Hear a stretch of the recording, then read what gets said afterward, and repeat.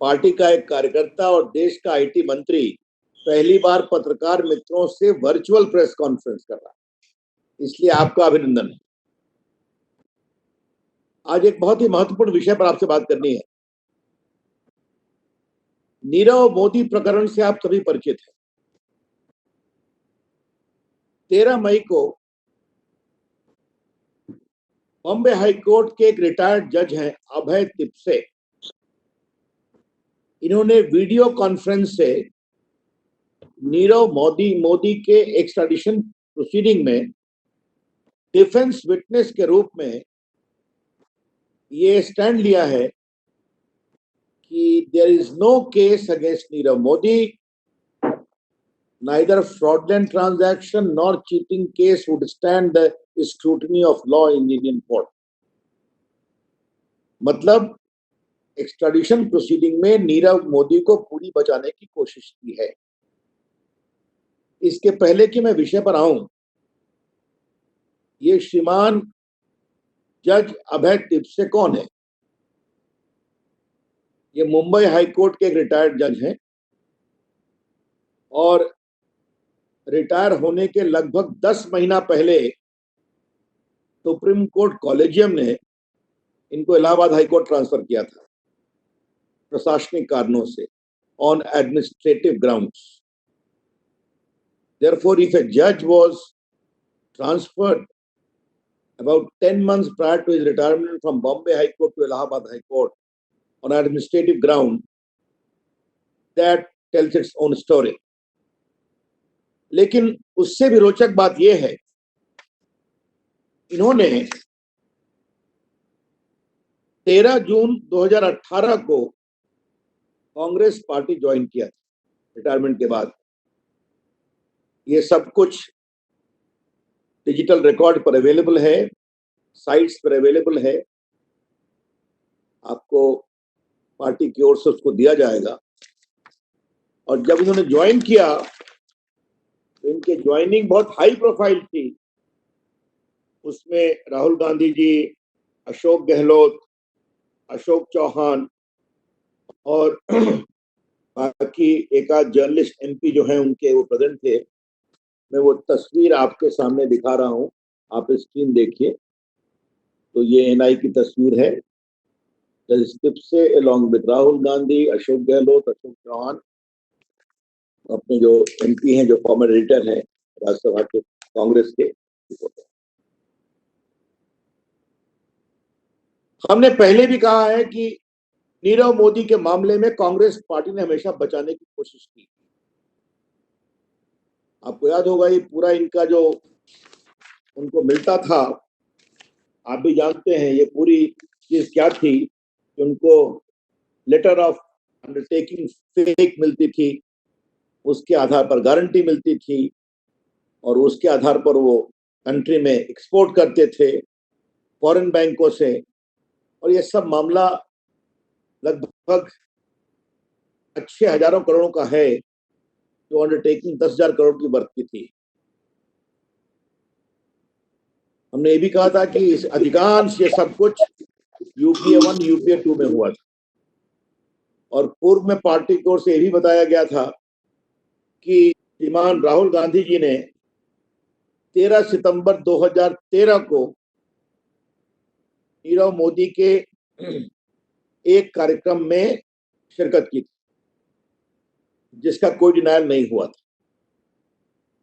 और आप लोगों को ये भी मालूम होगा, कई बार पार्टी में मैंने स्वयं प्रेस किया था और हमारे बाकी प्रवक्ताओं ने किया था, जो 80-20 की गोल्ड स्कीम है, इसमें नीरव मोदी के मामा मेहुल चोकसी को, उनकी कंपनी को काफी एक प्रकार से फायदा कराया गया जब यूपीए सरकार में वित्त मंत्री चिदम्बरम थी।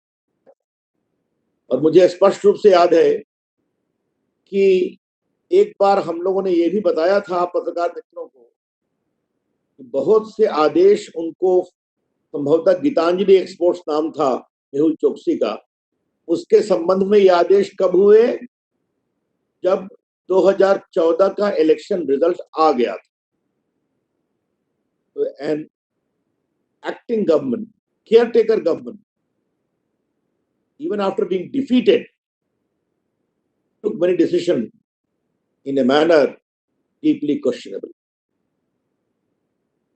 तो कांग्रेस पार्टी ने हर प्रकार से, चाहे वो नीरव मोदी हो, चाहे वो मेहुल चोकसी हो, उनको बचाने की कोशिश।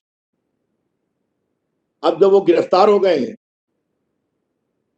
और उनके खिलाफ एक्स्ट्राडिशन प्रोसीडिंग चल रही है, तो कांग्रेस के एक मेंबर जो जज, रिटायर्ड जज हैं, वो डिफेंस में गवाही दे रहे हैं। जज ने बहुत कुछ केस किया है, वेस्ट बेकरी का भी केस किया है, बाकी भी केसेस किए हैं, उसकी चर्चा करने की जरूरत नहीं है। ये सबॉर्डिनेट जुडिशरी से आए। जैसा मैंने पहले बताया, रिटायरमेंट के 10 महीना पहले प्रशासनिक कारणों से इनको मुंबई हाईकोर्ट से इलाहाबाद हाईकोर्ट ट्रांसफर किया गया था। That tells in many way its own story. तो अब तो इतना सस्पिशियस सर्कमस्टेंसेस है, there is so much of suspicious circumstances surrounding the entire Saurabh. There is overpowering suspicious circumstances existing from which we can infer that Congress party tries its best to save and bail out Nirav Modi और मेहुल चोकसी। और defence का उनका जो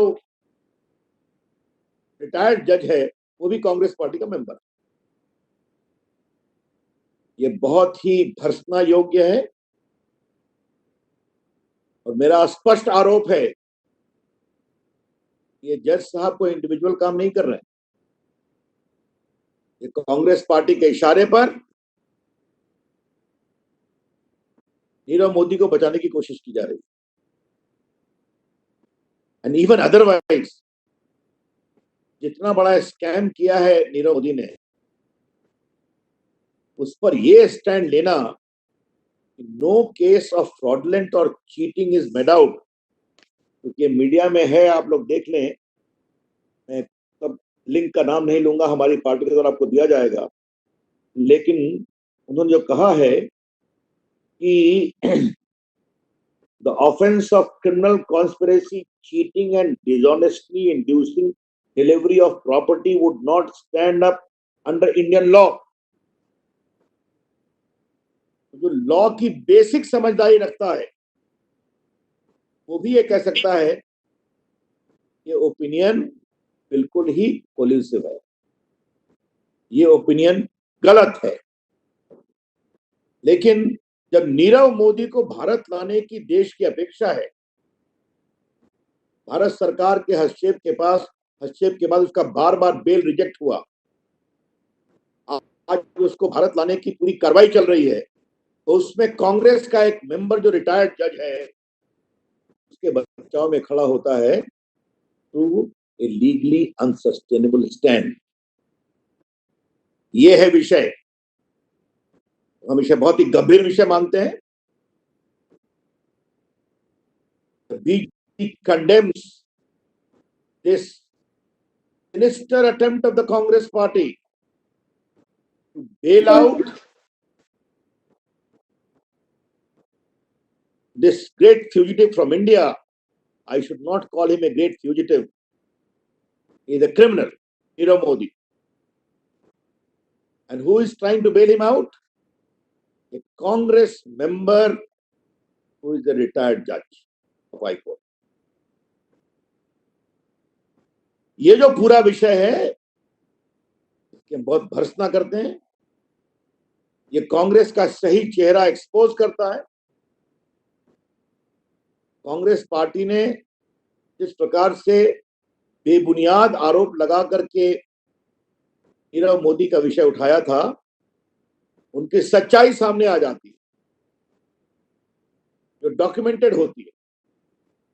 पहले भी बताया, जो सारे लेटर ऑफ अंडरटेकिंग्स थे अधिकांश उनके समय इशू किए गए। राहुल गांधी पहुंचे उनके कार्यक्रम में, फिर इलाहाबाद बैंक का बड़ा सा लोन मिल गया उनको, और जो मेहुल चोकसी हैं, उनके गीतांजलि एक्सपोर्ट को 80-20 गोल्ड स्कीम में जो फायदा हुआ वो किसके वित्त मंत्री काल में हुआ, ये चर्चा हम कर चुके। अब ये अंतिम कड़ी है। Every time Congress party stands out to bail out Nirav Modi and Mehul Choksi, Congress हमेशा खड़ी हो जाती है।